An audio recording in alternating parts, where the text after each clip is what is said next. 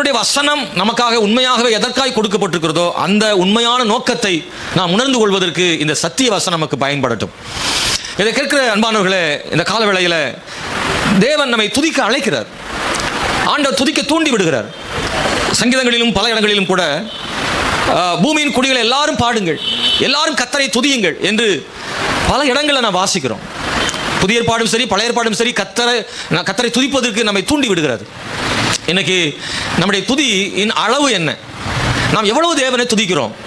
நம்முடைய துதி போதும் தானா? போதுமான அளவுக்கு தேவனை துதிக்கிறோமா என்பதை இந்த காலையில் நாமே ஆராய்ந்து பார்ப்போம். எப்போதுமே மற்றவர்கள் நம்மிடம் சொல்லி நம்மை மாற்றிக்கொள்வதை விட நாமே நம்மை மாற்றிக்கொள்வதுதான் மிகவும் எளிதானதும் உண்மையானதுமாக இருக்கும்.